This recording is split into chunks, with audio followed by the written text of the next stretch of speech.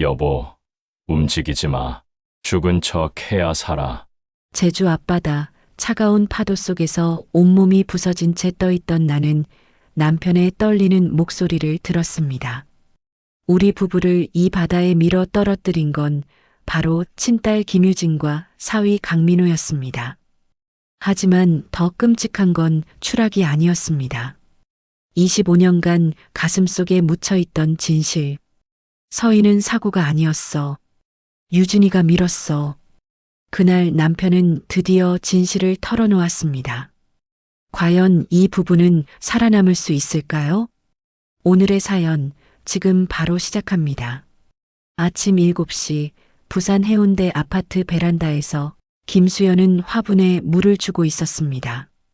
창밖으로 보이는 푸른 바다와 아침 햇살, 그리고 멀리서 들려오는 갈매기 소리. 이 모든 것이 평화로웠습니다. 남편 이진우는 서재에서 신문을 읽고 있었습니다. 커피 향기가 집안을 가득 채웠습니다. 수연은 고개를 들어 서재 쪽을 바라보며 작게 미소 지었습니다. 여보, 아침 먹어요. 진우는 안경을 벗고 밖으로 나왔습니다. 두 사람은 나란히 앉아 토스트와 커피로 하루를 시작했습니다. 대화는 많지 않았지만 그 침묵은 따뜻했습니다. 수연은 고등학교 수학교사로 38년을 일했고 진우는 해운 회사 임원으로 평생을 살았습니다.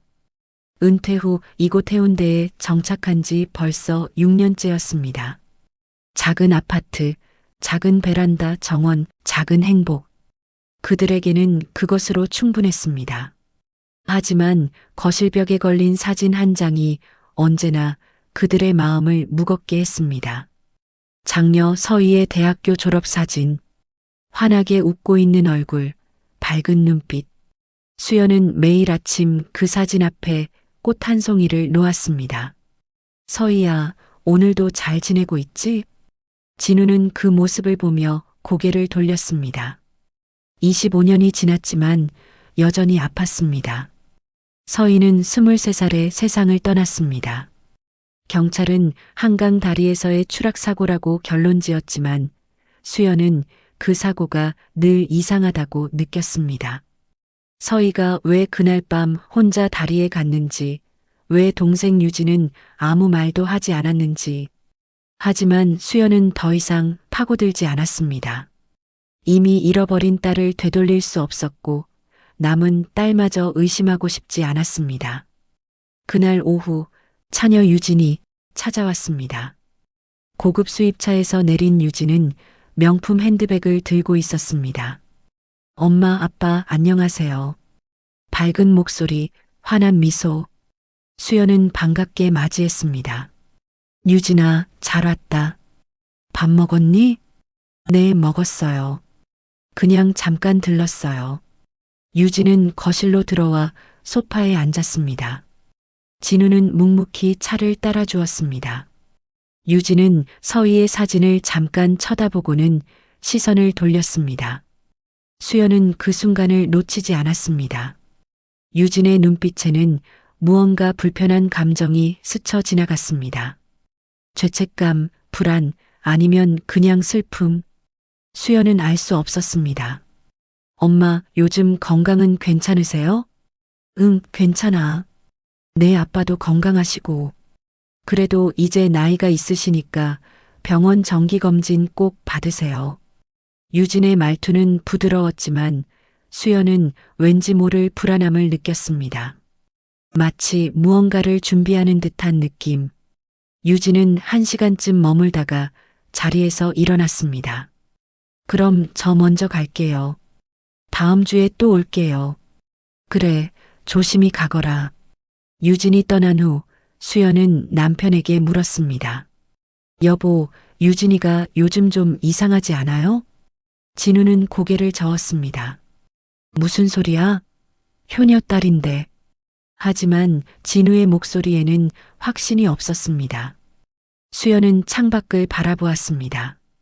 유진의 차가 지하주차장으로 사라졌습니다. 그날 밤 수연은 잠을 이루지 못했습니다. 가슴 한쪽이 무겁게 눌렸습니다. 뭔가 잘못되고 있어. 분명히. 수연의 기억은 25년 전으로 거슬러 올라갔습니다. 1999년 가을. 서희는 23살이었고 유진은 14살이었습니다. 두 자매는 어릴 때부터 달랐습니다. 서희는 조용하고 성실했습니다. 공부도 잘했고 친구들도 많았습니다. 대학교에서 경영학을 전공하고 있었고 모두가 그녀의 미래를 기대했습니다. 반면 유진은 활발하고 자유분방했습니다. 성적은 중간쯤이었지만 사람들과 어울리는 것을 좋아했습니다. 수연은 두 딸을 똑같이 사랑했습니다. 하지만 주변 사람들은 늘 서희를 먼저 칭찬했습니다. 서희는 정말 모범생이네요. 나중에 크게 될 아이예요. 그럴 때마다 유진의 표정이 굳어지는 것을 수연은 알았습니다. 그해 가을, 서희는 대학교 4학년을 마치고 취업을 준비하고 있었고 유진은 고등학교 2학년이었습니다. 어느 날 저녁 두 자매가 싸우는 소리가 집안을 가득 채웠습니다. 언니는 항상 자기만 옳다고 생각하잖아. 유진의 목소리가 날카로웠습니다. 내가 언제 그랬어? 내가 지금 하는 짓이 잘못된 거라고 말하는 거지. 서희의 목소리는 차분했지만 단호했습니다. 수연은 부엌에서 그 소리를 들었습니다. 가슴이 철렁 내려앉았습니다. 무슨 일이야? 서희야, 유진아. 수연이 방문을 열자 두 자매는 각자 다른 방향을 보고 있었습니다. 서희는 고개를 숙이고 있었고 유진은 주먹을 불끈 쥔 채 서 있었습니다. 아무것도 아니에요, 엄마. 서희는 짧게 대답하고 방을 나갔습니다. 유진은 그대로 서 있었습니다. 눈빛에는 분노와 억울함이 뒤섞여 있었습니다. 유진아, 언니한테 뭐라고 한 거야? 아무것도 아니에요. 언니가 잘난 척하는 거 이제 지긋지긋해서 그래요. 유진은 문을 쾅 닫고 자기 방으로 들어갔습니다. 수연은 복도에 혼자 서 있었습니다. 무언가 잘못되고 있다는 느낌이 들었지만 구체적으로 무엇인지 알 수 없었습니다. 그로부터 일주일 후 사건이 터졌습니다. 10월 15일 금요일 밤, 서희는 친구들과 한강 다리 근처 카페에 간다며 집을 나갔습니다. 유진도 함께 나갔습니다. 수연은 두 자매가 함께 간다는 사실에 안도했습니다. 그래, 자매끼리 시간 보내는 것도 좋지. 하지만 그날 밤 11시 유진만 혼자 돌아왔습니다. 얼굴은 창백했고 옷은 젖어 있었습니다. 유진아, 언니는 친구들이랑 더 놀다 온대요. 유진의 목소리는 떨리고 있었습니다. 수연은 이상하다고 느꼈지만 그냥 넘어갔습니다. 다음 날 새벽 경찰에게서 전화가 왔습니다. 김서희 씨 보호자이십니까?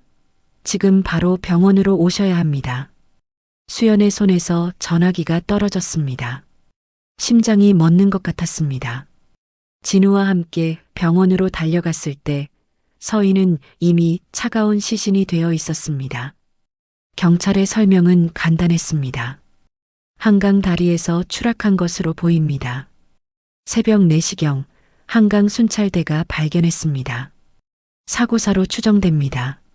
수연은 그 자리에서 주저앉았습니다. 진우는 말없이 딸의 손을 잡았습니다. 서희의 얼굴은 평화로웠습니다. 하지만 온몸에는 상처가 가득했습니다. 수연은 경찰에게 물었습니다. 같이 간 친구들은요? 우리 유진이는요? 유진 양은 먼저 집에 갔다고 진술했습니다. 서희 씨는 친구들과 남았다고 했는데 그 친구들도 10시쯤 먼저 떠났다고 합니다. 서희 씨는 혼자 남아서 산책하다가 실족한 것으로 보입니다. 수연은 고개를 저었습니다.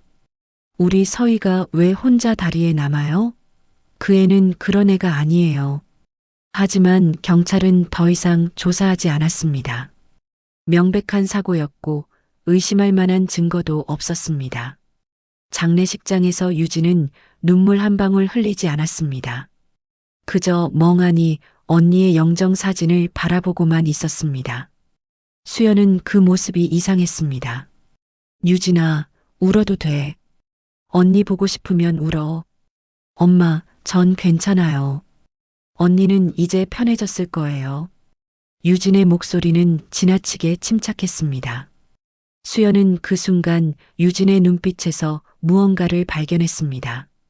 두려움, 죄책감, 아니면 안도. 하지만 수연은 그 생각을 떨쳐냈습니다. 내가 미쳤나? 유진이가 언니를 해칠 리 없어. 그건 내 딸이야. 장례를 치르고 나서 유진은 더 조용해졌습니다. 대학에 진학했지만 자주 집에 오지 않았습니다. 수연은 딸을 잃은 슬픔에 빠져 유진을 제대로 돌보지 못했습니다. 진우 역시 말수가 줄어들었습니다. 부부는 각자의 슬픔 속에서 살았습니다. 그리고 25년이 흘렀습니다. 유진은 패션 사업을 하게 되었고 결혼도 하고 겉보기엔 성공한 삶을 살았습니다. 하지만 수연은 언제나 느꼈습니다.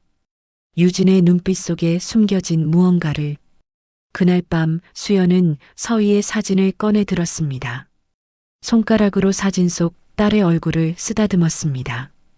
서희야, 너 정말 혼자 다리에 남았니? 아니면 누가 너를? 수연은 더 이상 생각하지 못했습니다. 너무 끔찍한 상상이었습니다. 하지만 그날 밤부터 수연의 마음속에는 의심의 씨앗이 싹트기 시작했습니다. 유진이 다시 찾아온 건 그로부터 일주일 후였습니다. 이번에는 사위 강민호도 함께 왔습니다. 민호는 언제나 단정한 차림에 부드러운 미소를 띠고 있었습니다. 어머니, 아버지, 안녕하세요. 민호는 과일 바구니를 들고 들어왔습니다. 수연은 반갑게 맞이했습니다. 어머, 민호야, 이런 거 안 사와도 되는데. 아니에요. 제철 과일이라 맛있을 거예요. 네 사람은 거실에 둘러앉았습니다. 유진은 차를 한 모금 마시고는 조심스럽게 입을 열었습니다. 엄마, 아빠, 오늘 드릴 말씀이 있어서 왔어요. 진우는 유진을 바라보았습니다. 수연은 가슴이 철렁 내려앉는 느낌이 들었습니다. 뭔데? 요즘 생각해보니까 두 분 나이도 있으시고 혹시라도 무슨 일 생기면 정리가 안 되잖아요. 유진의 목소리는 차분했습니다. 그래서 유언장 같은 거 미리 정리하시는 게 어떨까 해서요. 수연은 유진의 얼굴을 빤히 쳐다보았습니다. 유언장? 우리가 무슨 재산이 있다고? 아니에요. 그래도 이 아파트도 있고 예금도 좀 있으시잖아요. 나중에 복잡해지면 안 되니까요. 민호가 거들었습니다. 어머니, 요즘은 다들 이렇게 하세요. 미리 정리해 두시면 마음도 편하시잖아요. 수연은 불편한 기색을 감추지 못했습니다. 우리 아직 팔팔한데 무슨 유언장이야? 그런 소리 하지 마라. 유진은 웃으며 말했습니다. 그냥 만약을 대비하는 거예요. 걱정 마세요, 엄마. 하지만 유진의 눈빛은 웃지 않았습니다. 진우는 묵묵히 차만 마시고 있었습니다. 대화는 그렇게 흐지부지 끝났습니다. 유진과 민호가 돌아간 후 수연은 남편에게 물었습니다. 여보, 유진이 이상하지 않아요? 왜 갑자기 유언장 타령이에요? 진우는 한숨을 쉬었습니다. 글쎄, 나도 좀 이상하긴 해. 뭔가 숨기는 게 있는 것 같아요. 수연은 불안했습니다. 다음 주 유진은 또다시 찾아왔습니다. 이번에는 서류 몇 장을 들고 왔습니다. 엄마, 이거 좀 봐주세요. 수연은 서류를 받아들었습니다.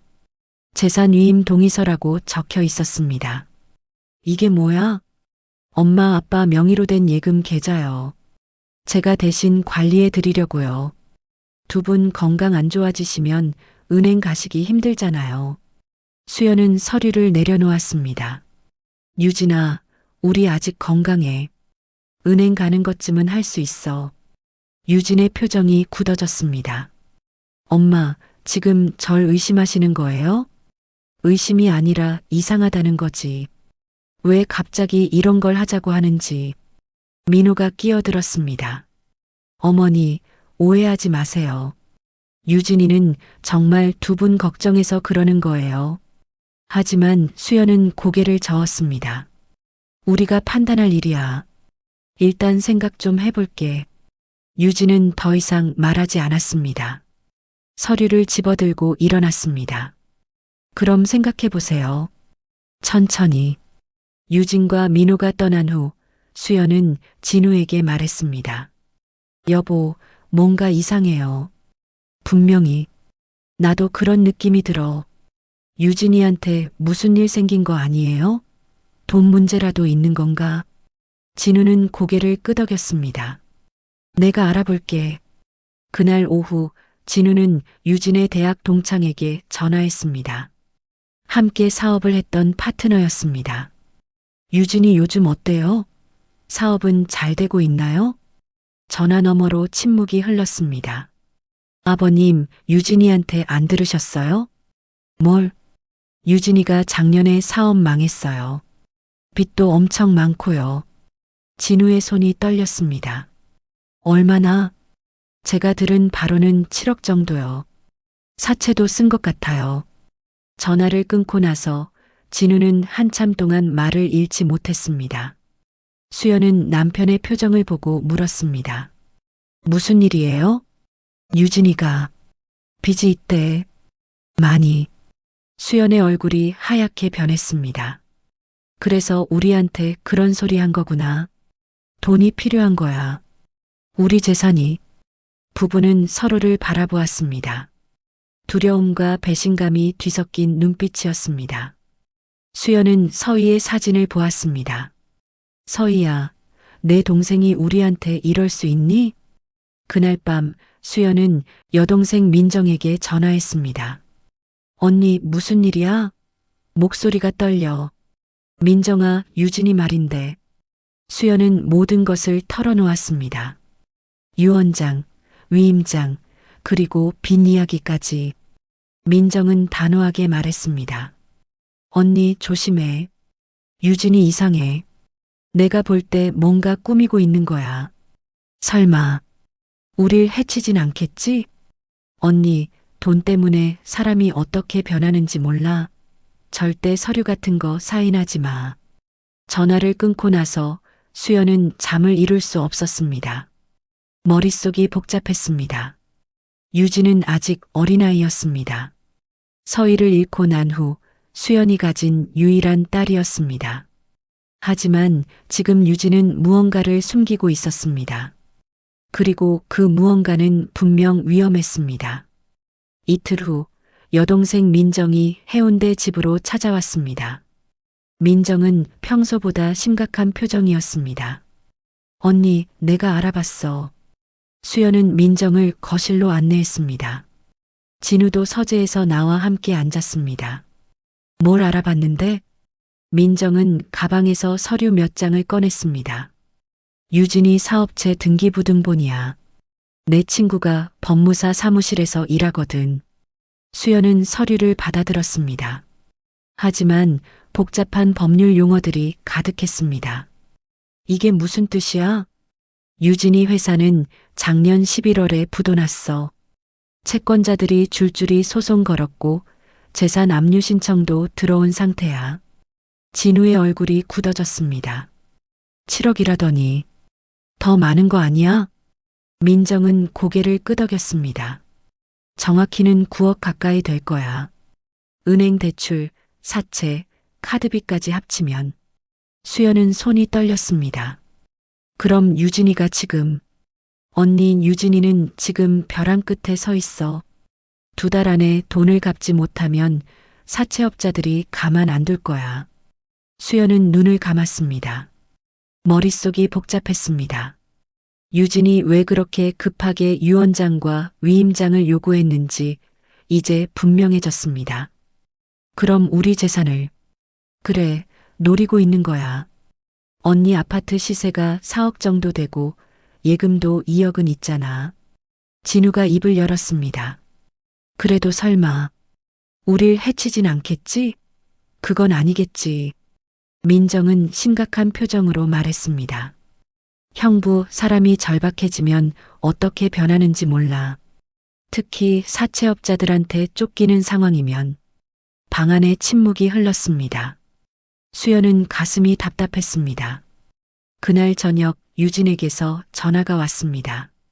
엄마, 저 이번 주말에 제주도 여행 어때요? 수연은 숨을 고르고 대답했습니다. 제주도? 네, 요트 투어도 하고요. 민호 오빠가 요트 라이센스가 있거든요. 두 분 모시고 바다 구경 좀 시켜드리려고요. 수연의 가슴이 철렁 내려앉았습니다. 갑자기 왜? 엄마, 얼마 전에 제가 좀 무리한 부탁드려서 죄송했어요. 그래서 효도 여행 한번 시켜드리려고요. 응? 유진의 목소리는 평소처럼 밝았습니다. 하지만 수연은 이제 그 밝음 뒤에 숨겨진 절박함을 느낄 수 있었습니다. 그래, 갈게. 와, 정말요? 감사해요, 엄마. 다음 주 토요일에 제주도로 가요. 제가 항공권 다 예약할게요. 전화를 끊고 나서 수연은 남편에게 말했습니다. 여보, 유진이가 우리를 제주도로 데려간대요. 요트 투어를 한다고. 진우의 얼굴이 창백해졌습니다. 요트? 바다에? 응. 두 사람은 서로를 바라보았습니다. 눈빛 속에는 공포와 각오가 섞여 있었습니다. 수연이 떨리는 목소리로 말했습니다. 여보, 유진이가 우리를. 알아. 나도 그 생각했어. 진우는 휴대폰을 꺼내 들었습니다. 이걸 켜둘게. 녹음 기능. 그게 무슨 소용이에요? 만약에, 정말 만약에 우리한테 무슨 일이 생기면 증거가 필요해. 수연은 남편의 손을 꽉 잡았습니다. 여보, 무서워요. 나도 무서워. 하지만 우리 정신 바짝 차려야 해. 그날 밤 진우는 결심했다는 듯 입을 열었습니다. 여보, 나 할 말이 있어. 수연은 남편의 심각한 표정을 보았습니다. 무슨 말? 진우는 한참 동안 입을 열지 못했습니다. 손을 떨며 물잔을 들었다가 다시 내려놓았습니다. 여보, 나 당신한테 숨긴 게 있어. 수연은 가슴이 철렁 내려앉았습니다. 뭔데요? 진우는 눈을 감았습니다. 숨을 깊게 들이쉬고 내쉬었습니다. 서희, 사고가 아니었어. 수연은 귀를 의심했습니다. 뭐라고요? 서희는 유진이가 밀었어. 수연의 온몸에서 힘이 빠졌습니다. 손끝이 차가워졌고 심장이 미친 듯이 뛰었습니다. 그게 무슨 소리예요? 진우는 고개를 숙인 채 말을 이었습니다. 그날 밤 유진이가 먼저 집에 돌아온 거 기억하지? 새벽 2시쯤이었어. 응. 유진이가 내 방문을 두드렸어. 나 혼자만 나오라고 했지. 수연은 숨을 참았습니다. 유진이 얼굴은 새하얗고 온몸이 떨리고 있었어. 언니가 떨어졌어요 라고 했어. 뭐? 서희랑 한강 다리에서 싸웠대. 돈 문제로. 유진이가 친구 돈을 훔쳤는데 서희가 그걸 알아냈던 거야. 수연은 눈물이 흘러내렸습니다. 서희가 경찰에 신고하겠다고 했대. 유진이는 화가 나서 서희를 밀었고 서희는 난간 너머로 떨어졌어. 진우의 목소리가 떨렸습니다. 유진이는 울면서 내게 빌었어.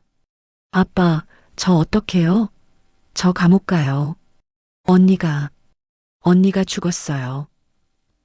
수연은 믿을 수 없었습니다. 그럼 당신은 알고 있었다는 거예요? 25년 동안? 진우는 고개를 들지 못했습니다. 나도 정신이 없었어. 서희는 이미 죽었고 유진까지 잃을 순 없었어. 그래서 숨긴 거예요? 유진이를 데리고 현장에 갔어. 서희는 이미 숨이 끊어져 있었어. 수연은 소리 없이 울었습니다. 나는 유진이한테 말했어. 내가 먼저 집에 갔다고 해라. 언니는 혼자 남았다가 추락했다고 해라. 절대 진실을 말하지 마라. 그래서 경찰도 속인 거군요. 진우는 고개를 끄덕였습니다. 나는 또 한 딸을 잃기 싫었어. 서희는 이미 돌아올 수 없었으니까. 수연은 남편을 바라보았습니다. 25년 동안 나한테 거짓말한 거예요? 미안해. 정말 미안해. 진우는 무릎을 꿇었습니다. 나도 매일 밤 악몽을 꿨어. 서희 얼굴이 나타나서 나를 원망했어. 하지만 유진이를 지켜야 했어. 수연은 고개를 저었습니다. 지킨 게 아니에요. 망친 거예요. 유진이는 죄책감 속에서 25년을 살았고 이제는 완전히 비틀어진 거예요. 진우는 울음을 터뜨렸습니다. 67년을 살면서 처음 보는 남편의 눈물이었습니다. 내가 잘못했어. 모두 내 잘못이야. 수연은 남편을 바라보다가 천천히 자리에서 일어났습니다.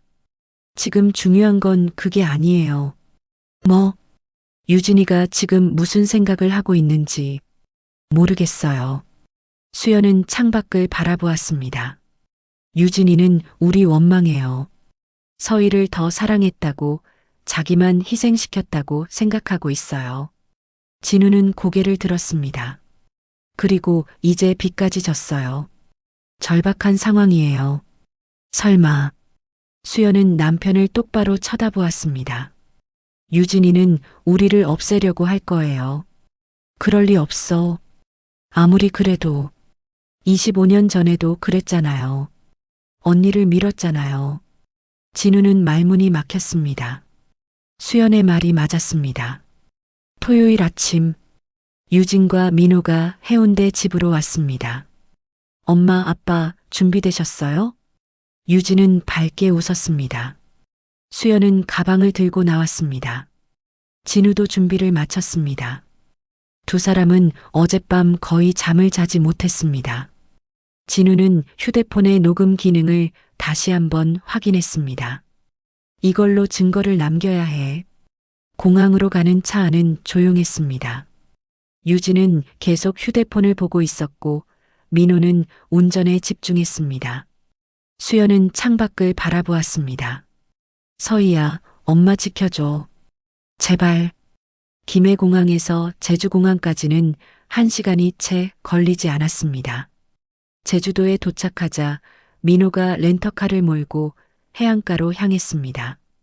우리 요트는 서귀포 마리나에 있어요. 거기서 출항할 거예요. 서귀포 마리나에 도착하자 하얀 요트 한 척이 보였습니다. 생각보다 큰 요트였습니다. 와, 저게 우리 요트예요? 유진이 자랑스럽게 말했습니다. 응, 민호 오빠 친구 거예요. 빌렸어. 네 사람은 요트에 올라탔습니다. 민호가 엔진을 시동을 걸었고 요트는 천천히 항구를 빠져나갔습니다. 바다는 잔잔했습니다. 햇살이 물결에 반짝였습니다. 평소 같았으면 아름다운 풍경이었을 것입니다. 하지만 수연은 아무것도 즐길 수 없었습니다. 요트는 1시간쯤 항해한 후 바다 한가운데 멈췄습니다. 주변에는 다른 배가 보이지 않았습니다. 여기가 딱 좋은 것 같아요. 점심 먹어요. 유진이 준비해온 도시락을 꺼냈습니다. 네 사람은 요트 갑판에 둘러앉았습니다. 하지만 식사는 조용했습니다. 긴장감이 공기를 가득 채웠습니다. 식사를 마친 후 유진이 입을 열었습니다. 엄마, 아빠, 오늘 드릴 말씀이 있어요. 수연의 심장이 빨리 뛰기 시작했습니다. 진우는 조용히 주머니 속 휴대폰의 녹음 버튼을 눌렀습니다. 뭔데, 유진아? 엄마, 아빠, 저 정말 죄송해요. 유진의 목소리가 떨렸습니다. 하지만 저 선택의 여지가 없어요. 민호가 천천히 일어났습니다.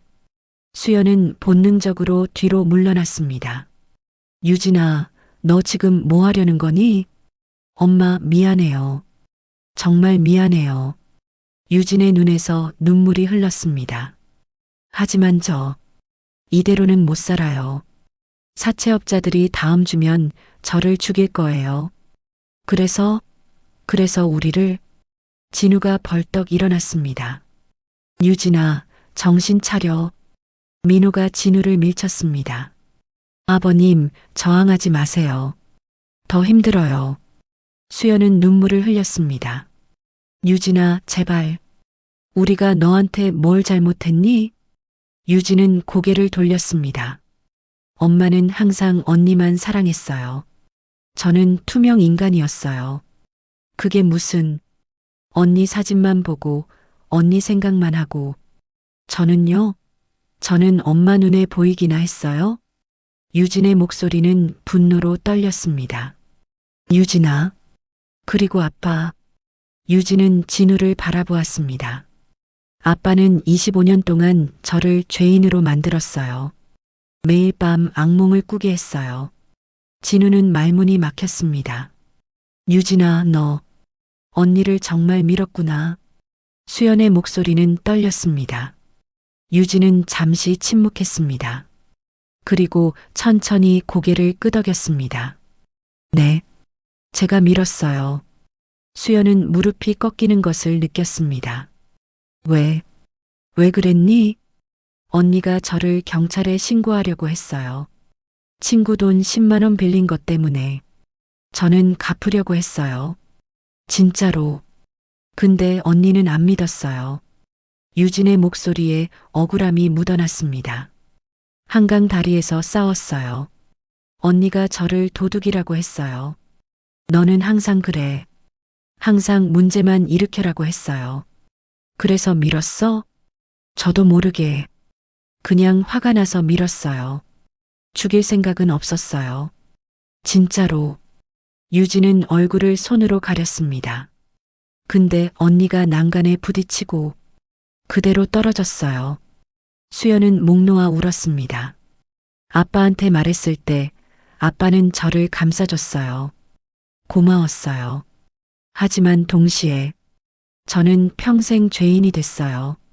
진우는 고개를 숙였습니다. 미안하다, 유진아. 아빠가 잘못했어.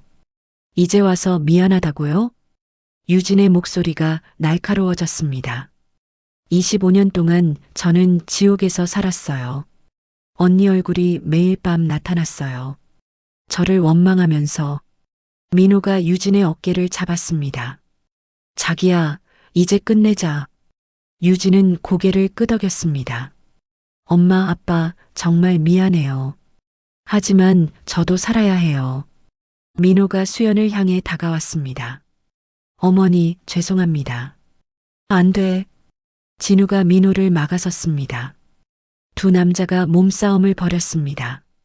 수연은 뒤로 물러났지만 요트의 난간이 등을 막았습니다. 여보. 그 순간 진우가 균형을 잃었습니다. 민호의 힘에 밀려 요트 난간 밖으로 떨어졌습니다. 아, 첨벙. 진우가 바다에 빠졌습니다. 여보. 수연이 소리쳤습니다. 유진이 수연에게 다가왔습니다. 엄마, 미안해요. 유진이 수연을 밀었습니다. 으아. 수연도 난간을 넘어 바다로 떨어졌습니다. 차가운 바닷물이 온몸을 감쌌습니다. 숨을 쉴 수 없었습니다. 물을 마셨고 몸이 가라앉기 시작했습니다. 이렇게 끝나는 거구나. 수연은 눈을 감았습니다. 얼마나 시간이 지났을까? 수연은 희미하게 의식을 되찾았습니다. 물 위에 떠 있었습니다. 구명조끼 덕분이었습니다. 옆에서 진우도 떠 있었습니다. 여보, 살아있어요? 진우가 작은 목소리로 속삭였습니다. 응, 들어봐. 죽은 척해야 해. 움직이지 마. 수연은 진우의 말을 이해했습니다. 두 사람은 숨을 최대한 얕게 쉬며 물에 떠 있었습니다. 10m쯤 떨어진 요트에서 유진과 민호의 목소리가 들렸습니다. 오빠, 정말 돌아가신 거 맞아? 유진의 목소리는 떨리고 있었습니다. 물에 빠지면 5분이면 익사해. 구명조끼 입고 있어도 물을 마시면 민호의 목소리는 차가웠습니다. 확인해 봐야 하지 않아? 아니, 가까이 가면 안 돼. 혹시 모르니까 10분만 더 기다리자. 수연은 온몸이 얼어붙는 것을 느꼈습니다. 바닷물은 차가웠고 몸의 열기가 빠르게 빠져나갔습니다. 진우의 손이 수연의 손을 꽉 잡았습니다. 버텨. 조금만 더. 요트에서 유진의 목소리가 다시 들렸습니다. 오빠, 이거 정말 괜찮은 거야? 우리가 직접 손 뗀 게 아니잖아. 바다에서 스스로 추락하신 거야. 우리가 구하려고 했지만 못 건진 거고. 하지만 자기야, 우리 선택의 여지가 없었어. 9억이야. 우리 이대로는 죽어. 침묵이 흘렀습니다. 오빠, 나 무서워. 진짜 돌아가신 거 맞아? 그래. 이제 해경에 신고하자. 그래야 자연스러워. 민호가 전화를 꺼내는 소리가 들렸습니다. 수연은 눈물이 흘러내리는 것을 느꼈습니다. 하지만 움직일 수 없었습니다. 서희야, 엄마가 곧 갈게. 여보세요, 해경입니까? 바다에서 사고가 났어요. 민호의 급한 목소리가 들렸습니다. 제주 남방 약 5해리 지점이요. 장인어른, 장모님이 요트에서 떨어지셨어요. 빨리 와주세요. 10분 후 헬리콥터 소리가 들렸습니다. 해경 구조되었습니다. 저기요. 여기 있어요. 유진이 소리쳤습니다. 구조대원들이 요트에 내려왔습니다. 상황이 어떻게 되셨습니까? 부모님이 파도 때문에 균형을 잃고 바다에 떨어지셨어요. 저희가 구하려고 했는데 유진의 목소리는 울먹였습니다. 알겠습니다. 주변 수색하겠습니다. 구조대원들이 바다를 수색하기 시작했습니다. 여기 사람 발견. 구조대원 한 명이 소리쳤습니다. 수연과 진우를 발견한 것입니다. 맥박 있습니다. 두 분 다 살아계십니다. 구조대원의 외침에 유진과 민호의 얼굴이 창백해졌습니다. 뭐라고요? 수연은 그 순간 눈을 살짝 떴습니다. 유진과 눈이 마주쳤습니다. 유진의 얼굴에서 피가 가셨습니다. 엄마, 살아계셨어요? 수연은 다시 눈을 감았습니다.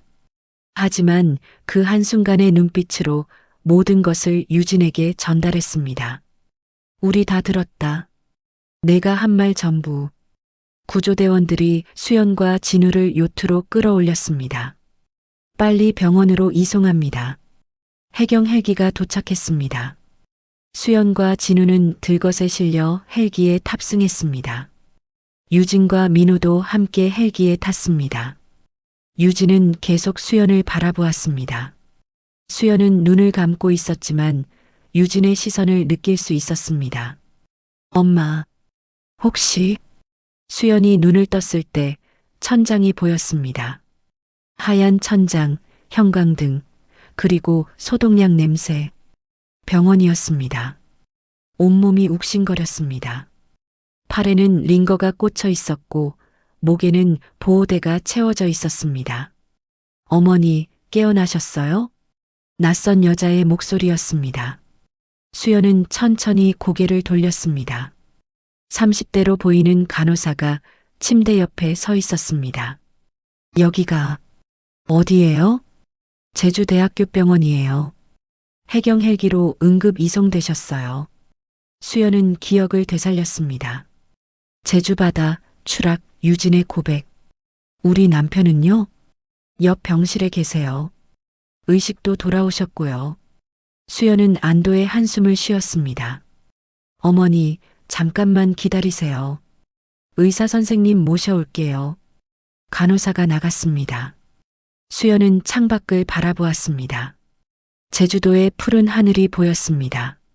우리 살아남았어. 문이 열리고 50대 남자 의사가 들어왔습니다. 김수연님, 의식이 돌아오셨군요.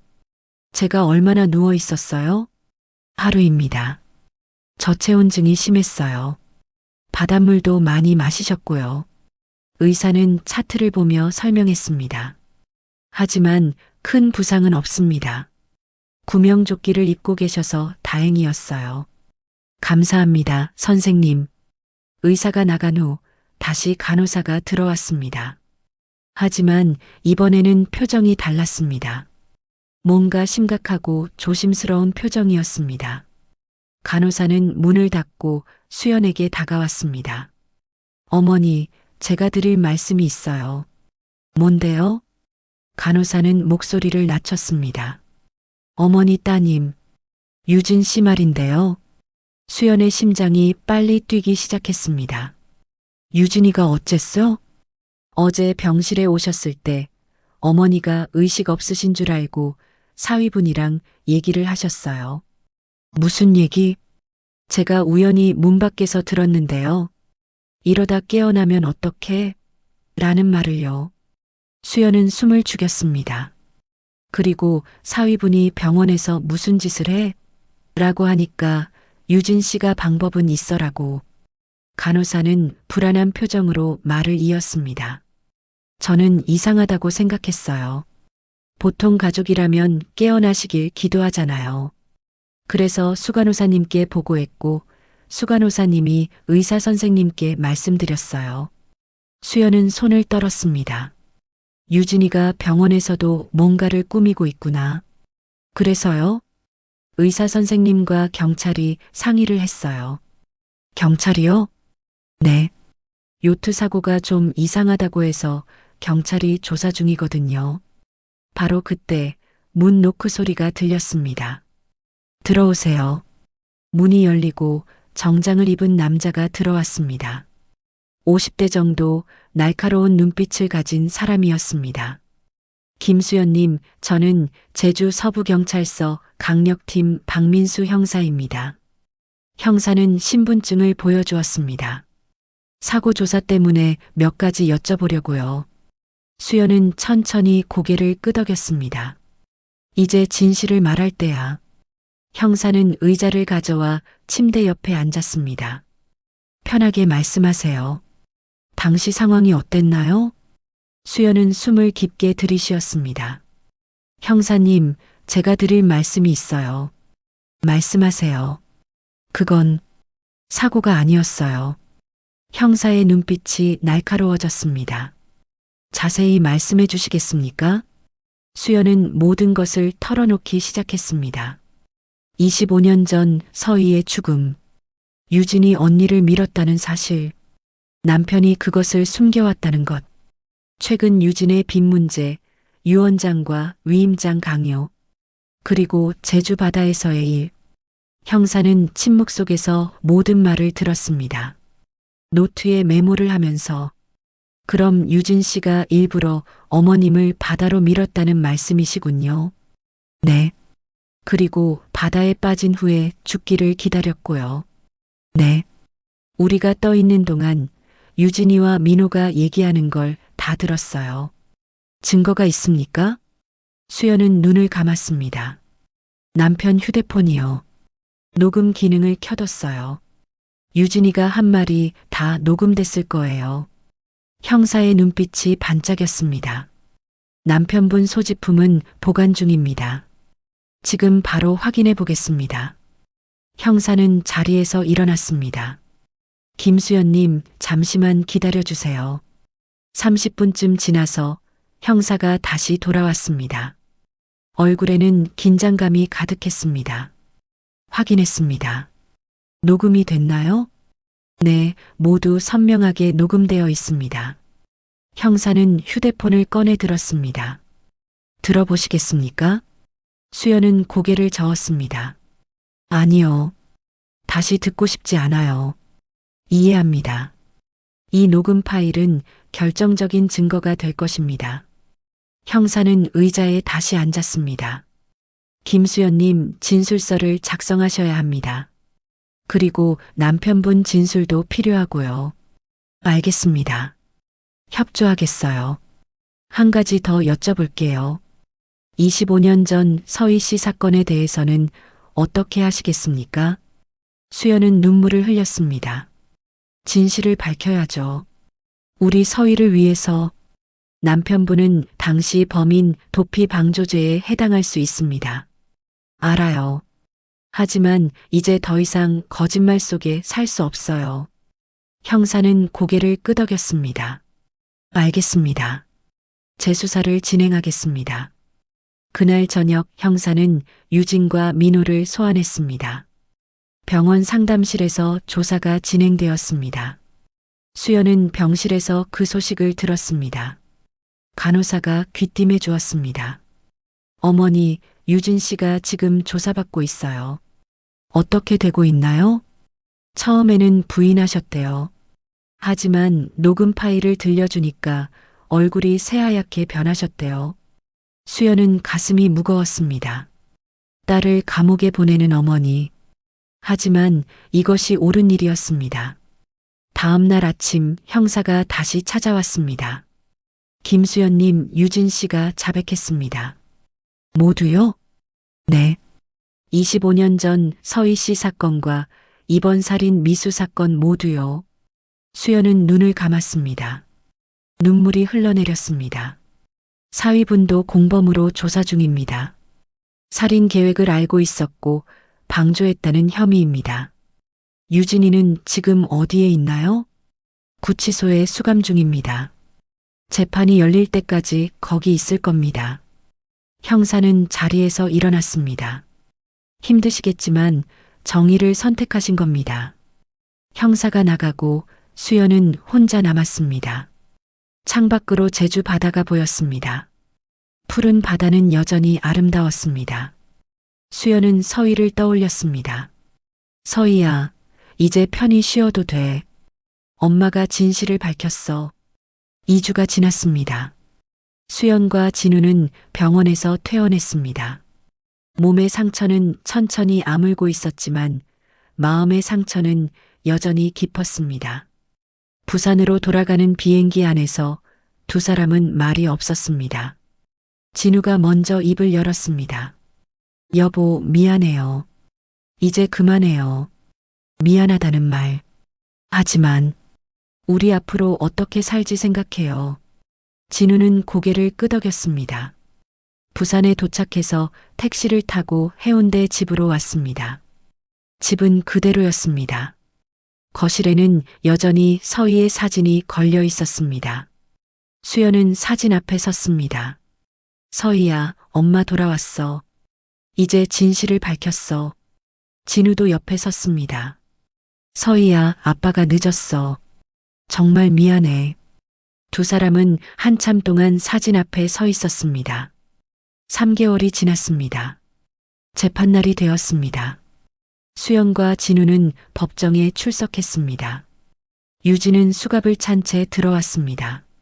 머리는 단발로 자르고 얼굴은 수척했습니다. 유진은 부모를 보고 고개를 숙였습니다. 눈물이 흘러내렸습니다. 엄마, 아빠. 수연은 딸을 바라보았습니다. 가슴이 찢어질 것 같았습니다. 하지만 고개를 돌렸습니다. 이게 맞는 거야. 이게 사랑이야. 재판이 시작되었습니다. 검사는 서희 살인 사건과 부모 살인 미수 사건을 모두 기소했습니다. 피고인 김유진은 25년 전 언니를 살해했고 그 진실을 숨긴 채 살아왔습니다. 그리고 이번에는 빚 때문에 부모님까지 살해하려 했습니다. 이는 극히 무도한 범죄입니다. 변호사는 유진의 반성과 환경을 강조했습니다. 피고인은 깊이 반성하고 있습니다. 25년 동안 죄책감 속에서 살았고 빚 때문에 정신이 나간 상태였습니다. 판사는 모든 증거를 검토했습니다. 녹음 파일, 증인 진술, 유진의 자백, 그리고 마지막으로 피해자 진술을 들었습니다. 피해자 김수연 씨 나오셔서 의견 말씀해 주시겠습니까? 수연은 떨리는 다리로 증인석에 섰습니다. 판사를 바라보고 숨을 깊이 들이쉬었습니다. 저는 유진이의 어머니입니다. 목소리가 떨렸습니다. 25년 전 서희를 잃었을 때 저는 세상이 무너지는 줄 알았습니다. 하지만 유진이가 있어서 버텼습니다. 남은 딸을 지켜야 한다는 생각으로 수연은 눈물을 닦았습니다. 그런데 그 딸이 언니를 죽였고 우리까지 죽이려 했습니다. 어머니로서 너무 슬픕니다. 수연은 유진을 바라보았습니다. 하지만 유진이는 제대로 된 벌을 받아야 합니다. 그게 서희를 위한 거고 유진이 자신을 위한 거라고 생각합니다. 판사는 고개를 끄덕였습니다. 알겠습니다. 자리로 돌아가세요. 최종 판결이 내려졌습니다. 피고인 김유진에게 징역 18년을 선고합니다. 피고인 강민호에게 징역 6년을 선고합니다. 판결이 내려지자 유진은 무릎이 꺾였습니다. 교도관들이 그녀를 부축했습니다. 유진은 마지막으로 부모를 보았습니다. 엄마, 아빠, 죄송합니다. 수연은 눈물을 흘렸습니다. 하지만 대답하지 않았습니다. 법정을 나서면서 진우가 아내의 손을 잡았습니다. 여보, 잘했어요. 우리 잘한 거예요. 알아요. 하지만 가슴이 너무 아파요. 시간이 지나면 나아질 거예요. 두 사람은 법원을 나와 햇빛 속으로 걸어갔습니다. 눈부신 봄 햇살이 그들을 감싸고 있었습니다. 수연은 하늘을 올려다보았습니다.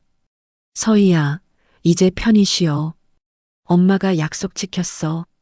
그날 저녁 집으로 돌아온 후 수연은 여동생 민정에게 전화했습니다. 언니, 재판 어떻게 됐어? 18년 나왔어. 그래. 언니 힘들지? 힘들어. 너무 힘들어. 언니, 내가 내일 갈게. 밥 같이 먹자. 고마워, 민정아. 전화를 끊고 수연은 서희의 사진 앞에 섰습니다. 이제 그 사진은 더 이상 무겁지 않았습니다. 대신 따뜻했습니다. 서희야, 엄마가 너를 제대로 지켜주지 못했어. 용서해 줄 수 있니? 바람이 창문을 흔들었습니다. 마치 서희가 대답하는 것 같았습니다. 괜찮아요, 엄마. 이제 편해요. 1년이 지났습니다. 부산의 집은 조용했지만 더 이상 무겁지 않았습니다. 수연은 베란다에서 화분을 가꾸고 있었고 진우는 서재에서 책을 읽고 있었습니다. 예전과 비슷한 풍경이었지만 무언가는 확실히 달라져 있었습니다. 이제 우리는 거짓 없이 산다. 어느 날 수연이 진우에게 말했습니다. 여보, 우리 제주도 한번 갈까요? 제주도? 응. 그때 일이 있었던 곳. 한번 가보고 싶어요. 진우는 잠시 망설였습니다. 괜찮겠어요? 응. 이제는 괜찮아요. 2주 후 두 사람은 제주도로 향했습니다. 서귀포 해안가에 도착해서 두 사람은 방파제에 앉았습니다. 바다는 여전히 푸르고 아름다웠습니다. 여보, 우리 그날 여기서 죽을 뻔했네요. 그러게요. 하지만 살아남았어요. 수연은 바다를 바라보았습니다. 서희도 저 바다 어딘가에 있을까요? 그럴 거예요. 우릴 지켜보고 있을 거예요. 두 사람은 손을 잡고 일몰을 바라보았습니다. 붉은 해가 수평선 너머로 사라지고 있었습니다. 여보, 우리 앞으로 어떻게 살까요? 그냥 우리답게 살면 되는 거 아니야? 우리답게. 응. 화분 가꾸고 책 읽고 가끔 이렇게 바다도 보러 오고. 수연은 웃었습니다. 좋아요. 그렇게 살아요. 그리고 서희 생각하면서. 응. 서희 생각하면서. 해가 완전히 지고 어둠이 찾아왔습니다. 하지만 별이 떠올랐습니다. 수많은 별들이 반짝이고 있었습니다. 여보, 저 별 중에 하나가 서희일까요? 그럴 거야. 서희가 우릴 지켜보고 있을 거야. 수연은 하늘을 올려다보았습니다. 가장 밝게 빛나는 별 하나가 보였습니다. 서희야, 잘 자. 사랑해. 바람이 불어왔습니다. 따뜻하고 부드러운 바람이었습니다. 마치 서희가 두 사람을 안아주는 것 같았습니다. 6개월 후 수연에게 편지가 한 통 도착했습니다. 교도소에서 온 편지였습니다. 발신인은 유진이었습니다. 수연은 떨리는 손으로 봉투를 열었습니다. 엄마께 이 편지를 쓸 자격이 있는지 모르겠습니다. 하지만 쓰지 않으면 평생 후회할 것 같아서 용기를 냈습니다. 엄마, 죄송합니다. 제가 언니를 죽였습니다. 그리고 엄마와 아빠까지 죽이려 했습니다. 변명의 여지가 없습니다. 저는 괴물이었습니다. 하지만 한 가지만은 알아주세요. 저도 25년 동안 지옥 같았습니다. 매일 밤 언니 얼굴이 나타났고 죄책감에 미쳐갈 것 같았습니다. 그래도 그건 제가 감당해야 할 벌이었는데 저는 도망치려고만 했습니다. 엄마, 진심으로 용서를 구합니다. 감옥에서 속죄하며 살겠습니다. 언니에게도 엄마 아빠께도 사랑합니다. 그리고 미안합니다. 딸 유진올림. 수연은 편지를 읽고 또 읽었습니다. 눈물이 종이 위로 떨어졌습니다. 진우가 다가와 편지를 함께 읽었습니다. 여보, 유진이가 반성하는 것 같아요. 반성으로 끝날 일이 아니야. 진우의 목소리는 단호했습니다. 하지만 우리 딸이잖아요. 그래서 더 제대로 벌을 받아야 해. 그게 유진이를 위한 거야. 수연은 남편의 말이 맞다는 걸 알았습니다. 하지만 여전히 가슴은 아팠습니다. 2년이 지났습니다. 수연과 진우는 여전히 해운대 집에서 살고 있습니다. 아침이면 베란다에 물을 주고 저녁이면 산책을 합니다. 간단하지만 평화로운 일상입니다. 거실에는 서희의 사진이 여전히 걸려 있습니다. 하지만 이제 그 사진은 슬픔이 아닌 사랑의 상징입니다. 수연은 매일 아침 사진 앞에 꽃을 놓습니다. 서희야, 엄마 오늘도 잘 지내고 있어. 유진은 아직 교도소에 있습니다. 수연은 아직 면회를 가지 않았습니다. 언젠가는 갈 것입니다. 하지만 아직은 아닙니다. 시간이 필요합니다. 치유와 용서에는 시간이 필요합니다. 어느 날 저녁 수연과 진우는 광안리 해변을 걷고 있었습니다. 파도가 발을 적셨습니다. 차가웠지만 기분이 좋았습니다. 여보, 우리 잘하고 있는 거죠? 수연이 물었습니다. 그래요. 우리 잘하고 있어요. 서희도 그렇게 생각할까요? 그럴 거예요. 서희는 우릴 자랑스러워할 거예요. 두 사람은 손을 잡고 걸었습니다. 해가 지고 있었습니다. 하늘은 붉게 물들었고 바다는 금빛으로 반짝였습니다. 여보, 우리 앞으로도 계속 이렇게 살아요. 그래요. 진실과 함께, 사랑과 함께, 그리고 용서를 향해. 바람이 불어왔습니다. 따뜻한 봄바람이었습니다. 수연은 눈을 감고 바람을 느꼈습니다. 서희야, 엄마 이제 괜찮아. 내 동생도 언젠가는 변할 거야. 그리고 우리 가족은 비록 다 함께는 아니지만 각자의 자리에서 살아갈 거야. 별이 떠올랐습니다. 수많은 별들이 밤하늘을 밝히고 있었습니다. 수연은 가장 밝은 별 하나를 찾았습니다. 서희야, 잘 자. 사랑해. 마무리. 25년간 숨겨졌던 진실, 그리고 그 무게를 이겨낸 용기. 김수연과 이진우 부부는 이제 거짓 없는 삶을 살아갑니다. 서희는 하늘에서 편히 쉬고 유진은 감옥에서 참회하며 두 노인은 서로를 의지하며 남은 인생을 살아갑니다. 사랑은 때로 우리를 눈멀게 하지만 진실은 결국 빛을 봅니다. 사랑은 면제가 아니고 불안은 생존의 경고였습니다.